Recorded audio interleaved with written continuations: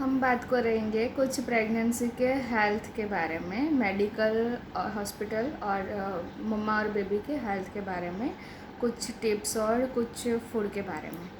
Food के बारे में हमारे इंडियन सोसाइटी में बहुत सारे लेडीज़ है जो जैसे ही घर में किसी बहू को या प्रेगनेंसी रहती है तो सबसे पहले यही बात आएगी, उसको ये मत खाने देना, उसको वो मत खाने देना, उसको ये मत करने देना, उसको वो मत करने देना, ये बेबी के लिए अच्छा नहीं है, ये उसके लिए अच्छा नहीं है, ये उसके टम्मी में उसको गर्म पड़ेगा।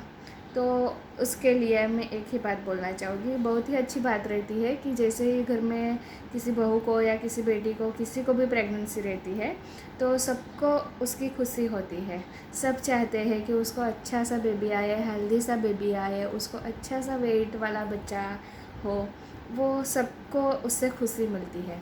लेकिन कभी कभी क्या होता है कि जैसे एक ही नहीं, सारी लेडीज़ जब उसको सजेस्ट करती है ये खाओ वो खाओ, ये ना करो वो ना करो, तो उससे क्या होता है कि जो प्रेग्नेंट लेडीज़ है वो कंफ्यूज हो जाती है और उसको पता भी नहीं चलता कि उसको क्या खाना है क्या नहीं खाना है। कभी कभी तो ऐसा हो जाता है कि जो प्रेग्नेंट लेडीज़ होती है, मुझे तो हुआ हो तो मैं तो डेफिनेटली क्लियरली बोलूँगी मुझे तो हुआ है, तो मतलब कंफ्यूज हो जाते हैं कि क्या खाऊं क्या ना खाऊं।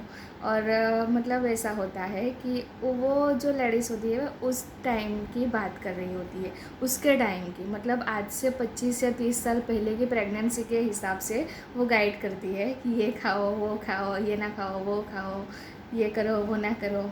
तो उसके लिए मैं बोलूँगी कि अब की प्रेगनेंसी, अब का फूड, अब की टेक्नोलॉजी होती है वो सब कुछ अलग होती है, तो वो टेक्नोलॉजी और अभी के फूड के हिसाब से उसको फूड सप्लीमेंट्री जाती है। तो उससे कभी कभी होता है कि प्रेग्नेंट लेडीज़ को मिसगाइड हो जाता है। तो कभी कभी ऐसा होता है कि प्रेग्नेंट लेडीज़ को जो उसका मन करे वो खाना चाहती है, उसके बेबी को भी हेल्दी है, उसके लिए भी हेल्दी है, फिर भी वो एक ही वजह से नहीं खा पाती है क्योंकि घर की लेडीज़ ने मना किया है, अगर मैं ये करूँगी तो उसको बुरा लगेगा, उसको बुरा लगेगा। तो सबसे पहले मैं आपको बता दूँ कि अगर फूड के बारे में अगर कुछ भी हो तो अपने डॉक्टर से बात कर लो एक बार कि मुझे मेरे प्रेगनेंसी में क्या खाना है क्या नहीं खाना है। और अभी के तो सारे गायनेकोलॉजिस्ट हमें लिस्ट देते हैं, डाइट चार्ट बना के देते हैं हमारी बॉडी के हिसाब से, बच्चे की हेल्थ के हिसाब से। तो आप अपने डॉक्टर्स का ज़्यादा फॉलो करेंगे तो ही अच्छा रहेगा, क्योंकि जब भी लेबर होगा या आपको दिक्कत होगी, आपके बच्चे को दिक्कत होगी, तो वो प्रॉब्लम आपको फेस करनी है और उसको ठीक आपको आपके जो गायनेकोलॉजिस्ट है उसको ठीक करने की, आप किसी तीसरे की बात मानेंगे और प्रॉब्लम होगी तो फेस आपको करनी पड़ेगी और ठीक गायनेकोलॉजिस्ट को करनी पड़ेगी। तो गायनेकोलॉजिस्ट भी आपको डांटेंगे कि मैंने तो तुझे ये बोला था और तूने ये किया। तो आप दोनों के बीच में कम्युनिकेशंस रहे, उसके हिसाब से आप अपने डॉक्टर से बात करके अपना डाइट बनाओ। कि अभी क्या होता है कि सबकी प्रेगनेंसी अलग अलग रहती है, सबकी बॉडी की तासीर अलग अलग रहती है। अगर मेरी जैसी प्रेगनेंसी में मैंने जो खाया है वो मैं किसी को बताऊं कि मैंने तो ये खाया था तो मेरा बच्चा हेल्दी आया, मैंने तो वो किया था तो मेरा बच्चा ऐसा आया, तो ऐसा नहीं है। जिसको जो ठीक लगे वो प्रेग्नेंट लेडी ज़्यादा से ज़्यादा उसके डॉक्टर्स के साथ बात करके वो खुद ही डिसाइड करेगी, तो ही उसके लिए अच्छा रहेगा, हेल्दी भी रहेगा और हैप्पी भी रहेगा, दोनों भी खुश रहेंगे और उसका हेल्थ बेनिफिट उसके बेबी को मिलेगा। तो मतलब जब भी कुछ खाओ पियो तो अपने डॉक्टर्स के पूछ के करो, क्योंकि मेरे साथ तो हुआ है, मैंने मेरे डॉक्टर्स के बोला था कि सब लोग ये बोलते हैं कि ये मत खाओ वो मत खाओ, अर्ली प्रेगनेंसी है, 3 मंथ तक हमें भी केयर करनी पड़ती है और कोई भी लेडीज़ तो क्या इतनी तो केयरिंग रहती है कि उसका बच्चे को कुछ ना हो, उसका बच्चे कुछ भी वो उल्टा सीधा खा लेगी, उसका बच्चे को कुछ नुकसान होगा, इतना तो वो भी केयरिंग रहती है। तो ये मत खाओ वो आपके बेबी को नुकसान करेगा, वो मत खाओ वो आपको बेबी को अच्छा नहीं रहेगा, अंदर आपको गर्म पड़ेगा। तो मैंने उसके बारे में मैंने डॉक्टर से बात किया था कि सब लेडीज़ ये बोलती है कि ये मत खाओ वो मत खाओ, स्पेशली कॉल करके भी बोलती है कि उसने ये खाया था तो उसको ये मत खाने दो। क्यों? उसका मर्जी है, उसका बच्चा है, वो भी तो उतनी केयरिंग रहेगी, तो वो भी तो करेगी। तो मैंने उसको पूछा कि डॉक्टर ऐसा होता है क्या कि कुछ चीज़ें हम खा लें और बेबी का मिसकैरेज हो जाए, बेबी को कुछ नुकसान हो जाए। तो मैंने डॉक्टर ने मुझसे बोला कि ऐसा कुछ भी नहीं होता है, कुछ भी फूड गर्म नहीं होता है और आपको ऐसा कुछ भी फूड नहीं है जो आप नहीं खा सकती, आप कोई भी फ्रूट हो या कुछ भी फूड हो। 3 मंथ्स तक सिर्फ 3 या 4 ही फूड ऐसे रहते हैं जो आपको नहीं खाने हैं। एक तो पपीता है, दूसरा कॉफ़ी है और तीसरा पाइनएप्पल है। उसके बाद भी आपको कोई क्वेरीज लगे अबाउट फूड तो आप अपने डॉक्टर से पूछ लो, वो आपको अच्छे से गाइड कर देगा। तो ये फूड के बारे में था कि आपको जो ठीक लगे वो आपके डॉक्टर के साथ डिसाइड करके आप अपने फूड का डाइट बना लो। अभी क्या होता है कि मेरा फूड का डाइट भी मैंने खुद ही बनाया था। जैसे जैसे मंथ चेंज होते गए मैंने अपना फूड चेंज करती गई, सीजनेबल फ्रूट्स ऐड होते गए, और जैसे मुझे पता था बेबी का डेवलपमेंट कौन से मंथ में उसका क्या डेवलपमेंट होता है, तो उसके हिसाब से मैंने मेरा फूड भी सिलेक्ट किया था कि पहले 3 मंथ्स में बेबी पूरा बनता है, उसका आइज़ बनता है, उसके हाथ बनते हैं, उसके अंदर के सारे ऑर्गन्स बनते हैं। तो मैं इसके हिसाब से उसका फूड सिलेक्ट किया था। लाइक बादाम था, और तब 3 मंथ्स तक सीज़न थी ऑरेंज जूस की, जिससे उसको पहले 10 मंथ्स में उसको विटामिन सी की ज़्यादा ज़रूरत रहती है और फॉलिक एसिड की भी ज़्यादा ज़रूरत होती है, विटामिन ई, आयरन उसकी ज़्यादा ज़रूरत रहती है। तो जो फ्रूट में ये सब कंटेंट्स करता था, तो 3 मंथ तक मैंने वो ही फूड खाया था। तो उसका बॉडी का डेवलपमेंट के लिए वो अच्छा रहता है। उसके बाद में बेबी का बाहर का स्किन बनता है, उसका ब्रेन का डेवलपमेंट होता है, उसकी हड्डियाँ मजबूत होती है, उसको ब्लड सप्लाई अच्छे से जाना चाहिए। तो मैंने 4th और 5 वीक में मैंने ऐसे फूड खाए थे कि जिससे उसका ब्लड ज़्यादा बने, उसको कैल्शियम ज़्यादा मिले, कैल्शियम रिच फूड खाए थे। और उसकी स्किन अच्छी सी बने उसके लिए मैंने फूड खाए थे, कि उसकी आइज़ अच्छी बने उसके लिए विटामिन ए और ए वाला कंटेंट्स खाया था। उसकी हड्डियाँ मजबूत बने, स्किन अच्छे से डेवलप हो, सब ऑर्गन्स उसका अच्छे से डेवलपमेंट हो, उसके लिए मैंने विटामिन डी वाले भी फ्रूट्स खाए थे 4th या 5 वीक में। उसके बाद आता है बेबी की स्किन जो होती है वो रेड में से वाइट होती है, और बेबी का कलर मतलब वो डेवलप करता है, उसका नेचुरल कलर जो उसके बाहर आने के बाद भी वो अच्छा, सब चाहते हैं कि उसका बच्चा वाइट वाइट हो, अच्छा दिखे। तो उसके लिए मैंने विटामिन सी वाले फ्रूट खाए थे, जिससे उसके स्किन के डेवलपमेंट के हिसाब से उसको फूड मैंने सिलेक्ट किया था 7-8 मंथ के लिए, कि उसका स्किन बेनिफिट करने वाला फूड बेबी का। और जब भी मतलब पूरी प्रेगनेंसी में उसका ब्रेन डेवलपमेंट तो अच्छे से रहता है, तो उसके हिसाब से मैंने 1.5 या 2 मंथ में मैंने मेरा फूड चेंज करती रही थी, और ज़्यादा से ज़्यादा मैंने हेल्दी फूड ही खाया है जिसको अच्छे से बेबी को न्यूट्रिशन मिले। मैंने बाहर का कुछ भी ऐसा वैसा नहीं खाया था, like spicy food, oily food मैंने नहीं खाया था। मुझे खाना था फिर भी नहीं खाया था, एक ही रीज़न सोच के कि अगर मैं ये खा लूँगी मेरा पेट तो भर जाएगा लेकिन मेरे बच्चे को न्यूट्रिशन नहीं मिलेगा। तो उसके हिसाब से मैंने घर का बना ही खाना खाया था, और फ्रूट भी मैंने सीजनेबल सारे सिलेक्ट किए थे। जो और सीजनेबल फ्रूट ऐसे ही होते हैं कि वो फ्रूट हमारे सीज़न के हिसाब से हमारे बॉडी में वो अच्छे से सेट है। अगर गर्मी का सीज़न है तो गर्मी के फ्रूट ऐसे बने होते हैं कि आपकी बॉडी में ठंडक मिले, और ठंडक में ऐसे फ्रूट बने होते हैं जो हमारी बॉडी को वार्म रखें। तो उसके हिसाब से मैंने सीजनेबल फ्रूट चेंज करती रही थी।